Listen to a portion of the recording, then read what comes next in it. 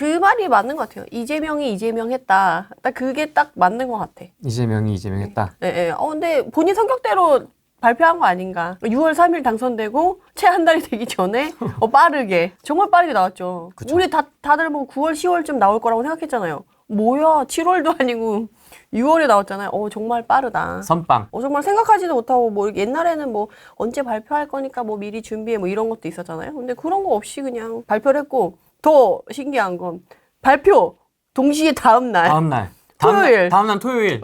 대출 안 나오는 토요일인데도 그냥 해. 토요일. 이렇게 한 것도, 그러니까 본인의 그 성격대로 딱 발표를 한 것 같다라는 느낌이 들고, 그리고 딱 6억.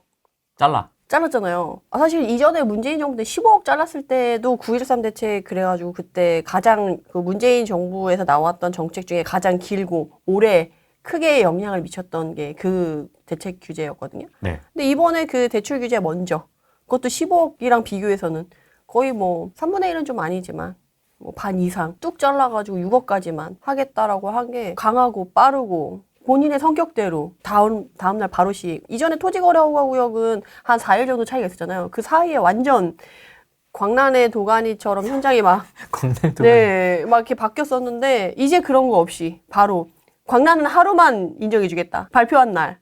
그래도 양심상 오전에 발표했더라고요. 11시 넘어서. 그래서 반나절만 까불어라. 그치. 오후에 발표했어 봐. 그것도 안 돼. 그렇죠. 수습할 사람은 좀 수습해라는 의미로 그래도 반나절 준 게 아닌가. 뭐 그 정도로 본인의 그걸 다 담아서 한 게 아닌가 싶어요. 근데 전 또 더 무서운 건 이거는 시작이다라고 본인 또 얘기를 했기 때문에 맛배기다.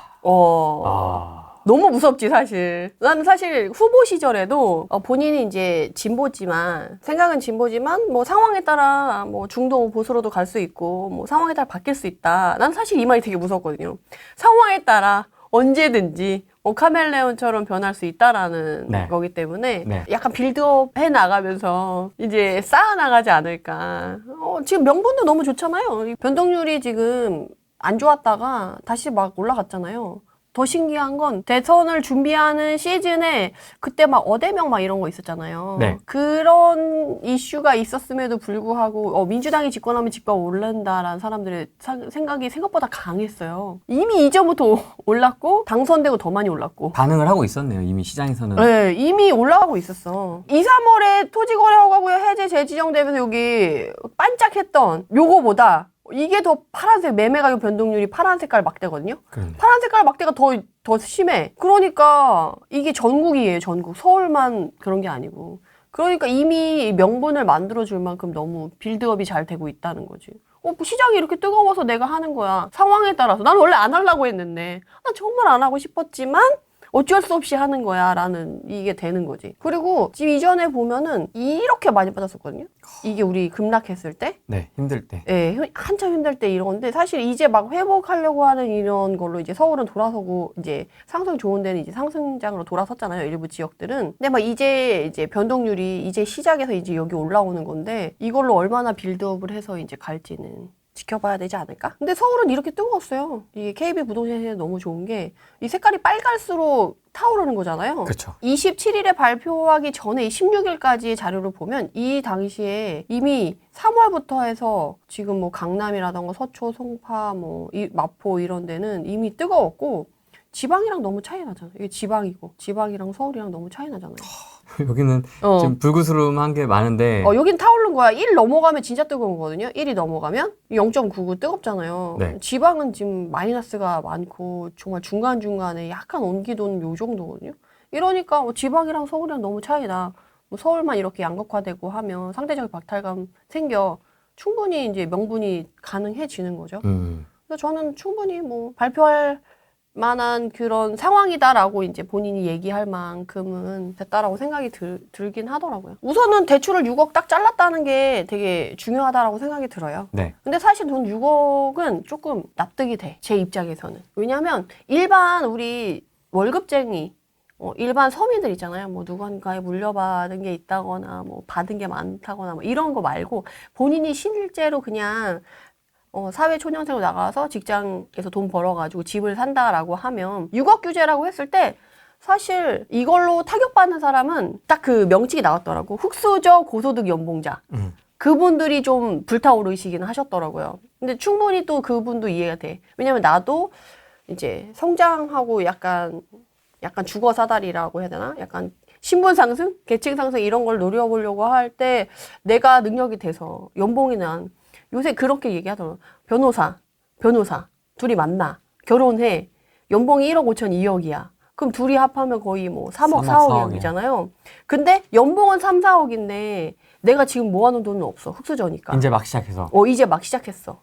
그러면은 대출 쫙 땡겨가지고 이자 내면서 충분히 나는 20억짜리, 30억짜리 사거나 15억짜리 막 이렇게 살 수 있는데 왜 그걸 막냐? 자유민주주의에서. 이렇게 생각할 수 있지. 너무 억울하지. 근데 또 한편으로는 지금 전체적으로 24년도, 25년도 보면 이자 연체를 하는 사람들의 수가 많이 늘고 있긴 했었어요. 그리고 우리가 총 부채가 너무 좀 많은 걸 다들 알고 있었잖아요. 그렇게 했을 때 지금 연체를 이자하는 사람들이 많았고 1위가 소상공인, 자영업자분들이 제일 연체하는 수가 제일 많았고 2위가 가계부채, 3위가 기업이거든요. 기업이 오히려 대출을 많이 안 받았고 그리고 연체도 많이 안 해. 그렇게 했을 때 이제 가계부채 부분이 좀 컸으니까 미래의 연체자를 조금 다독인다? 만들지 않게끔 좀 미연에 방지한다라고 했을 때 사실 6억이라고 해도 6억에 지금 4% 정도 대출이 나오거든요. 그러면 6, 4, 24, 2,400에 12개월을 나누면 월 200만 원 정도, 이자만 200만 원 나가요. 근데 이자만큼 원리금을 균등 상환해야 되잖아요. 그러면 한 달에 내야 되는 6억을 빌린다고 하더라도 한 달에 내야 되는 월급에서 나가야 될 돈이 뭐 3, 400 이상 은행에 줘야 되는데 3, 400 이상 은행에 내고 생활이 가능한 사람이 과연 얼마나 될까요? 쉽지 않지 않아요, 그것도? 네.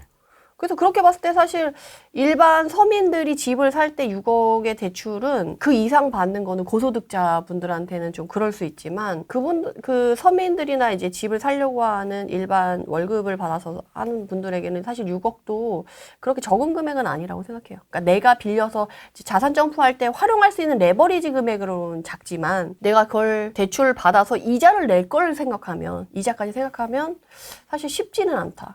400씩 막 매달 낸다고 생각하면 그리고 1년에 내는 이자만 해도 2,400이잖아요. 2,400이 웬만한 사람 연봉 아니에요? 물론 요새는 다르긴 하지만. 요새는 좀 다르긴 하지만 그래도 2,400만 원이 그렇게 작은 금액은 아니라고 생각하거든요. 제가 원래 서민 마인드라서 그런지 모르겠지만 좀 약간 그런 생각이 들었어요. 6억은 그런 부분에서 좀 이자 부분이 좀 걱정되지 않았나? 라는 생각이 들었고 그런 포인트에서 딱 6억으로 자른 것 같다. 네, 그리고 두 번째는 사실 이게 크지. 총량을 이제 50%로 줄였다는 거. 우리가 원래 연말에도 이거 안 줄였을 때도 재원이 부족해가지고 연말 한 11월, 12월 되면 대출 받기가 어려워요. 근데 지금 50%로 잘랐잖아요. 올 여름 지나면 돈이 있을까? 은행에? 저는 그런 생각이 들더라고요. 그래서 이제 연말에 대출 받기 더 힘들었고 이거는 대출 금리는 내린다고 하잖아요. 근데 이제 대출 해주는 대상자도 많이 규제를 하고 총량도 많이 규제했기 때문에 이제 금리는 낮았지만 대출 받기는 어려운 건 너무도 명확하고 이제 대출도 레버리지를 할 수 있는 것도 이제 거기서도 층이 갈리게 되는 게 아닌가. 약간 좀 그런 생각이 들었어요. 무엇보다 좀 강력했던 건 이전에 문재인 정부는 그래도 약간 뜨뜻미지근하게 좀 애매하게 선을 이렇게 약간 실선으로 긋는다고 해야 되나? 그런 게 있었어요. 실수요자를 명명함에 있어서.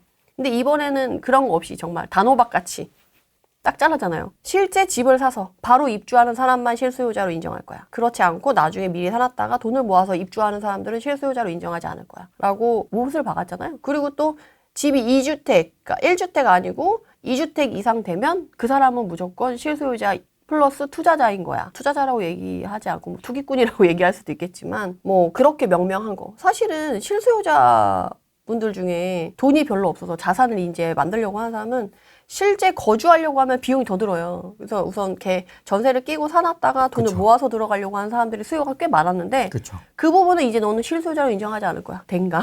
미리 사놓는 것도 안 된다는 거. 돈 없으면 사지 마. 나는 이게 좀 이번 정책에 좀 놀랐어요. 돈 없으면 사지 마. 이게 너무 메시지가 명확하지 않아요? 사다리 끊기. 사다리 끊는 것도 사다리 끊는 건데 돈 없으면 사지 마. 이게 너무 명확해. 6억 이상 더 대출받을 돈 없으면 하지 마. 약간 그거. 그리고 총량도 50%. 그냥 정말 힘든 사람만 이렇게 하고 정책 자금도 25% 줄였잖아요. 그러니까 결국에는 이걸 통해서 이제 부채가 늘어나는 거를 방지하고 싶은 마음이 더 표면적으로는 더 크지 않았나. 근데 그걸로 인해 이제 주택까지 영향을 미치는 거고 저는 그게 제일 되게 인상 깊었던 거예요. 돈 있는 사람만 사. 그리고 돈이 있어서 실거주 할 수 있는 사람만 집 사야지. 미리 사놓는 거 그건 실수요자 아니야. 돈 없으면 사지 말고 그냥 전세 사라. 그리고 요번에 이거 나오면서 같이 나온 그 단어가 있어요. 요새 뉴스에 되게 많이 봤을 거예요. 고가 전세. 네. 그거 되게 많이 봤죠.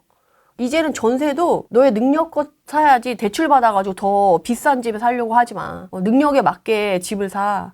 그러니까 너의 소득 수준에 맞게 살아. 이런 거에 대한 강력한 메시지가 있었다고 해야 되나? 약간 어떻게 보면 민주당은 약간 돈 없는 서민들을 이렇게 챙겨주는 그런 당인데 약간 오히려 돈 없으면 하지 마. 약간 이런 메시지가 좀 강하지 않았나. 좀 인상적으로 봤던 내용을 얘기를 해주시는데 네네. 이게 이제 그러면 시장에 어떤 영향을 미칠 거냐. 이제 네네. 앞으로 살 사람들도 있고 팔 사람들도 있고 하나를 더 사고 싶은 분도 있고 뭐 이렇게 좀 다양하게 있긴 하거든요. 근데 어차피 뭐 규제하고 있던 거 하나도 풀지 않았잖아요. 그 상태에서 더 규제를 하나 얹은 거기 때문에 다주택자들은 못 움직이는 건 뭐 명확하고. 그리고 갈아타기 하시는 분들에도 요번에도 또 나왔잖아요. 1주택자가 기존 주택을 6개월 이내에 무조건 처분해야 되는 거잖아요. 네. 조건부 1주택자. 그러면 무주택자 동일하게 뭐 대출을 해주겠다. 근데 지금 같은 얼음이 된 상황에서 6개월 이내에 팔리겠어요? 안 팔리지? 그러면 갈아타기도 하지 말란 얘기야. 그러면 갈아타기도 돈 있는 사람만 갈아타기에 이렇게 되는 거예요. 왜냐면 대부분의 갈아타기 하는 사람들은 이제 기존 집을 팔고 뭐 일부 뭐 전세를 주거나 이렇게 해서 가거나 뭐 이런 건데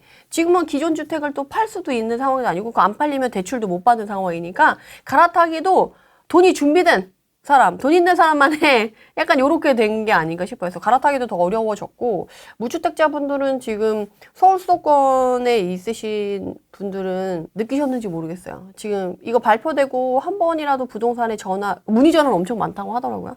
이거 발표되고 나서 혹시 가격이 떨어지지 않았냐 라고 해가지고 문의는 많다고 하는데 확실하게 확인해 보신 분들은 느끼시겠지만 이게 그냥 멈춘 거지 이걸로 해서 가격이 확 빠질 거다 라고 생각하기는 좀 어려워요. 그리고 지금 뉴스에서 막 많이 나오는 게 난 너무 웃긴 게 대책을 발표했잖아요. 그 다음날부터 계약 파기가 속출한다, 금매가 속출한다.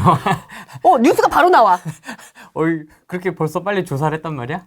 그러니까 나 그게 너무 신기했어요. 그러니까 반응이 그래도 뭔가 이렇게 딱 때리면 아야 할 시간이 있어야 되잖아요. 한 1, 2주는 그래도 주든지 뭐 한 달을 주든지. 아니야 1, 2주도 아니고 하루 이틀이라도 줘야지.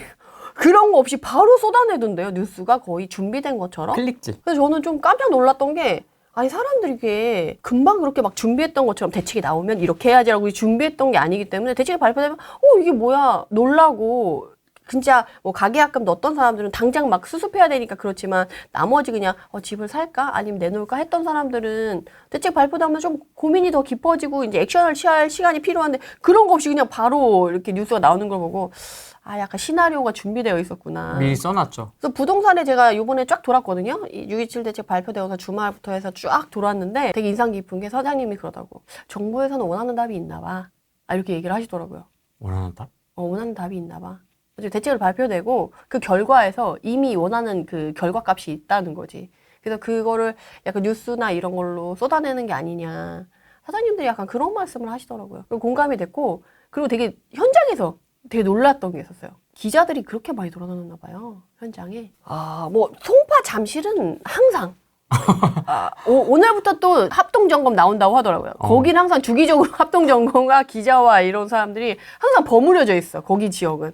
왜냐하면 강남 서초보다 송파가 더 시장이 예민하거든요. 그러다 보니까 항상 그 송파의 그 잠실 엘리트 있잖아요. 거기는 항상 뭔 죄야 거기 사무실 있는 분들은. 사장님들은 항상 그게 준비가 되어 있더라고요. 그래서 내리고 또. 네, 준비가 되어 있어.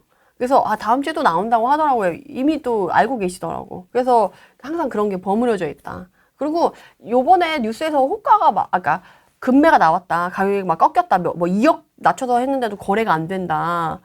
아니 하루 만에 그게 사실 집 내놓고 하루 만에 연락 안 오거든요. 근데 그것 때문에 막 몇 달씩 연락이 안 와서 문제가 생긴 것처럼 막 그 분위기가 이제 그렇게 돼 있잖아요. 그래서 그걸 보면서 진짜 약간 원하는 답이 있긴 있겠구나라는 생각이 좀 들게 했거든요. 그래서 제가 그거를 확인하려고 현장에 갔어요. 실제로 그러한가. 근데 실제로 갔을 때요. 진짜 호가가 막 이렇게 눈 위에 붙어 있었던 호가들 있잖아요. 그게 내려오긴 했어. 근데 신기한 건 절대 실거래가 밑으로는 아무도 안 나왔다는 거예요. 그리고 실거래가 자체도 지금 다 등재가 되지 않은 상태예요. 실거래가. 근데도 불구하고 그거보다 더 밑에 나온 금매가 있냐라고 하면 제가 많은 지역을 지금 이렇게 다녔거든요. 네. 단 한 대도 없어. 실거래가 밑으로 금매가 나온 건 없어요. 제가 생각했을 땐 실제 금매다운 금매는 1도 없었다. 다들. 다만 최근에 제가 목동 얘기를 했었는데 네. 목동이 최근에 가장 좀 핫했던 지역 중에 하나잖아요. 가장 급격하게 올라갔고. 그래서 목동을 보면 목동이 7단지가 목동 신시간지 7단지가 대장 아파트잖아요. 거기 같은 경우는 27평 기준으로 해서 거의 호가가 거의 29억까지 갔었는데 지금은 금매가 26억 5천까지 내려와 있더라고요. 그래서 어쨌든 지금 근데 이분은 좀 그 사연이 있는 매물이었어요. 원래 20 내놓을 생각도 없었는데 이 매물 같은 경우는 대책이 발표되고 다음 날 나온 거야. 제가 임장을 가고 나서 그 전날 나왔다고 했으니까 대책이 발표되고 나서 얼마 안 있어서 나온 거예요. 그러니까 대책이 발표되지 않았으면 나오지 않았을 물건인 거지. 그래서 사연을 들어보니까 이제 갈 집이 정해져 있어.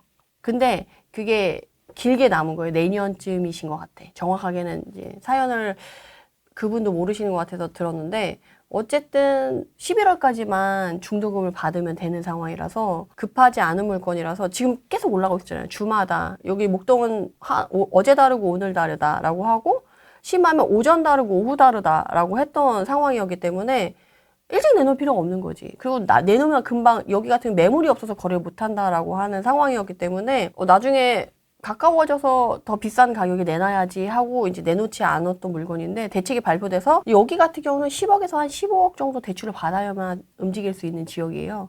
가격이 한 20억 정도가 넘어서니까 나머지는 기존 집을 팔고 본인 자금으로 움직이지만 그 플러스 한 10억에서 15억 정도는 대출을 받아야지 새 집을 살 수 있는 상황인데 그런 부분에서 이제 대출이 안 나오니까 매수자가 없을 거가 걱정이 되니까 이제 좀 미리 내놔야겠다 싶어서 대책 발표돼서 원래 매물이 한두 개도 없었다 하는데 지금 제가 갔을 때 매물이 한 7, 8개 정도로 나와 있더라고요. 7단지만 그런 게 아니고 제가 주로 알아본 건 5단지, 6단지, 7단지 정도였는데 거기 매물들이 한 7, 8개 이상 좀 나와 있는 상황이더라고요.